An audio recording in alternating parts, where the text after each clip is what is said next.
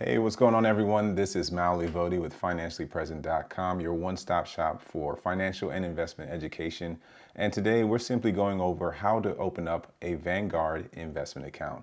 We're going to be doing a regular individual brokerage account.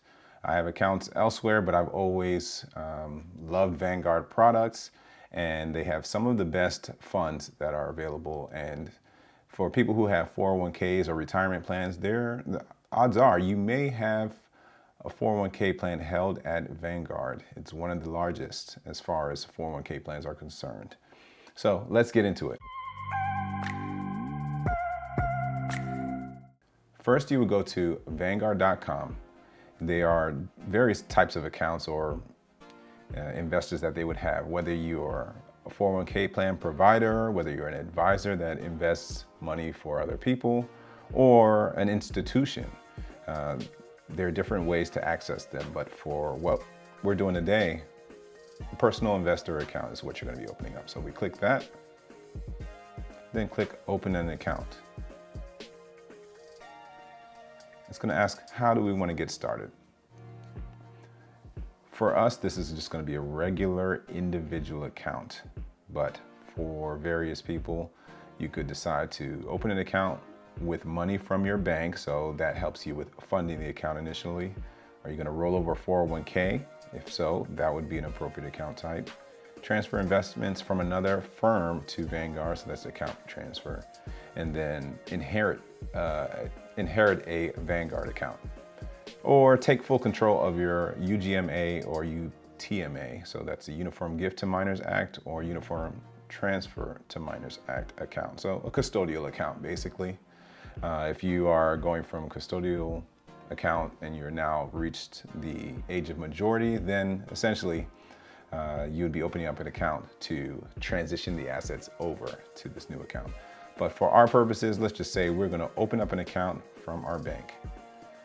We don't necessarily need to preview, but if you wanted to, there is a 3-minute video that will explain how to do it. I am new to Vanguard is what we'll say, so I'm going to sign up. It tells you that it's going to take about 5 to 10 minutes. It should be closer to 5, I would think. And you're going to have to provide some basic information. As with any brokerage account, you should be prepared to provide your full legal name, your date of birth, your social security number, and your address. And I would go and even a step further even, and include that similar information for any beneficiaries that you plan to have on the account, because in the event that something happens to you, you want those assets to transfer peacefully to your loved ones. And you'll also want to continue to have your employer information readily available. So employer name and their address in order to provide that information as well for account opening purposes. So we're going to continue. Select the account type. We're just going to do a general investing account. If at any point you have questions along the way, they can be answered right here. No fees to open up the account. Annual account service fee of $20 is waived if you sign up for delivery of or e-delivery of documents. 0 trading fees for ETFs, stocks, and most Vanguard mutual funds. Okay, they sell mutual funds for other companies like most brokerage firms do, but you're going to get the most bang for your buck if you're buying Vanguard funds. Minimum investment amounts. It really depends on what you're going to buy. So if it's ETFs, we're talking $1. Okay, so you want to at least be able to spend $1 when it comes to investments. And then other investments will have different minimums. But there is no minimum amount to open up the account.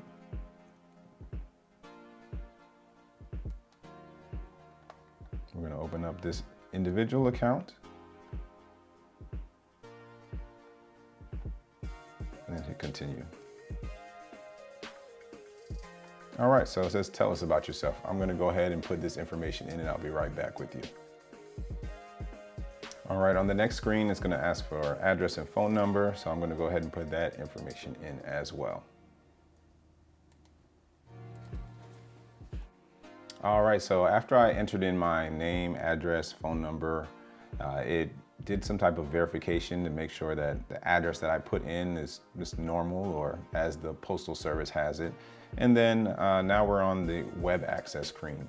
So essentially I'm gonna set up a username and password so that I can log in at any time and go from there. And actually I'll also consent to electronic delivery of documents after I read them, of course. All right, so now we have to set up some security questions. As you know, this is extremely crucial when it comes to security of your account, as well as having the proper contact information in case something happens, whether it's your email, your phone number. But security questions, that's the way that they know that it's actually you. So I'm gonna go ahead and answer these and I'll get back to you. All right, so I selected my security questions and now it wants some bank information. All right, so they are ready for me to get started, aren't they? I'm gonna hit continue. We'll see if it allows me.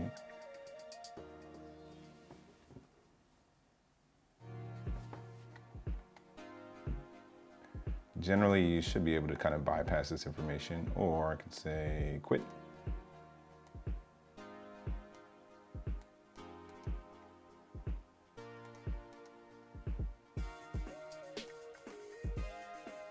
Vanguard really wants me to put my bank information in, but I haven't completely decided if I actually want the account, and I would like to get in, tour around, and really see if it's worth it. But based on the existing accounts I have, I know I have access to Vanguard funds already.